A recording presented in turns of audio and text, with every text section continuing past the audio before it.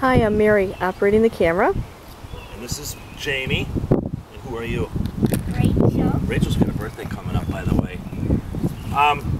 We had some leeks in the ground. You guys have seen a video on that. But unfortunately, they got kind of mauled a little bit by something. What was happening?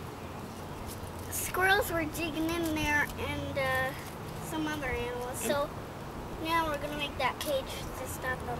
Yeah, we're going to make a cage to stop them. What we did was I just ran over to the home center and I grabbed some 1x2. I didn't really have a whole lot of scrap lumber sitting around this time. So this is just a piece of 1x2 pine. It comes in 8-foot sections, about less than $1 a piece. This was just one piece. We cut it off, and you can just use a handsaw and cut it at 2-foot increments. I happen to do a little fancy thing with my miter box to have water drip off of it. You don't have to do that, it's no big deal. And then we also grabbed some chicken wire.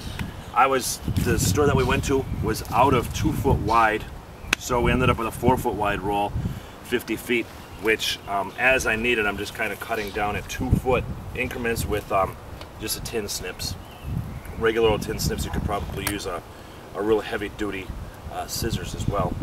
And then we figured out our diameter here and cut the length. So we have the chicken wire going in. We've kind of had to go around a couple things that are holding my raised bed in place. There's a 4x4 that's in here, so I've had to go around that. Other than that cutting, there really wasn't a whole lot. Now, when we grabbed the roll of chicken wire, they held the whole thing of chicken wire together with a really long piece of wire, which I saved. I just took an old piece of lumber that was sitting around. I threw 2 roofing nails into it, and then I wound that piece of wire that was holding the chicken wire roll all around just like this so that I have easier access to it. What I'm doing is I'm just grabbing like some 6-inch long pieces, and I would put just what I would call stays. I threw them together here real fast so that I could hold the chicken wire and then work it. So what I'm doing is taking this long piece of wire and then I braid around the entire upright so that the whole thing stays in here nice and tight. Everything is pretty good to go. Unfortunately, we didn't have this problem until our garden was already in.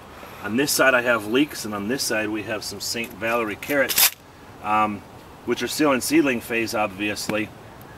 But I can't go too deep and I can't be digging a whole lot over here.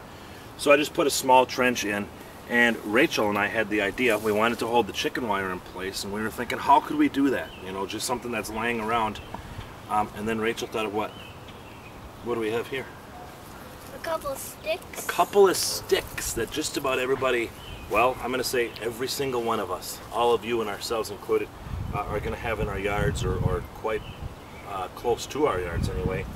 So all I'm doing is just at the bottom I'm anchoring in my chicken wire just with some sticks like this. I'll go at an angle and I'll hold them in so that I don't have to worry about disrupting all the soil that's around here and all my seedlings. Can I have another one of those?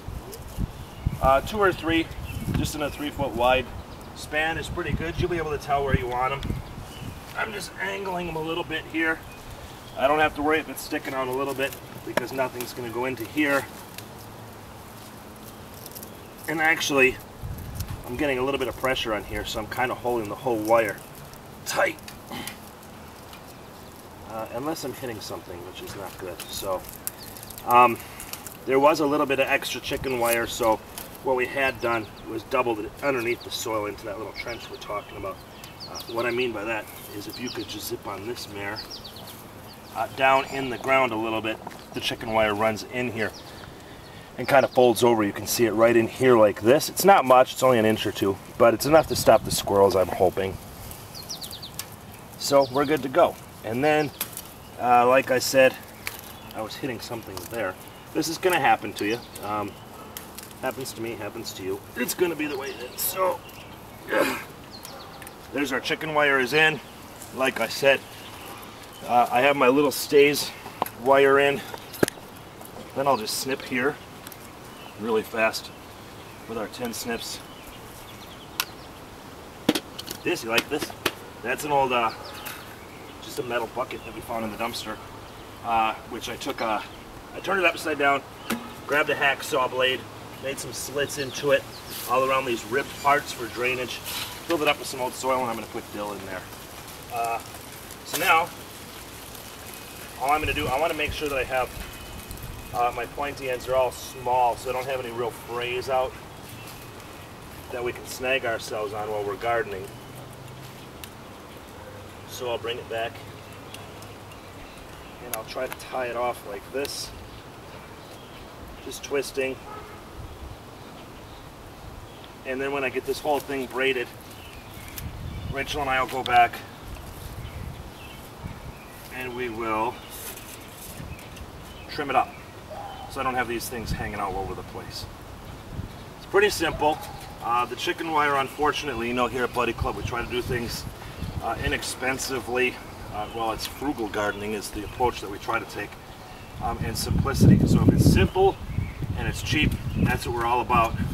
If you guys out there have a better way of doing this or a different way of doing this to block off critters, please let us know. Share it with all of us. Post a video down below us in that link right down there, or in the comment box or something, and we'd be great to see it. We'd be really appreciative to see it. Don't you think so? Mm-hmm. Okay, can you say goodbye to everybody? Bye. Bye-bye. Okay, go ahead. And while we were gardening, I found a cute little caterpillar, and I bet he's going to turn into a butterfly. I bet you. I bet you. Cool. One more thing I wanted to mention really fast that I didn't think about earlier.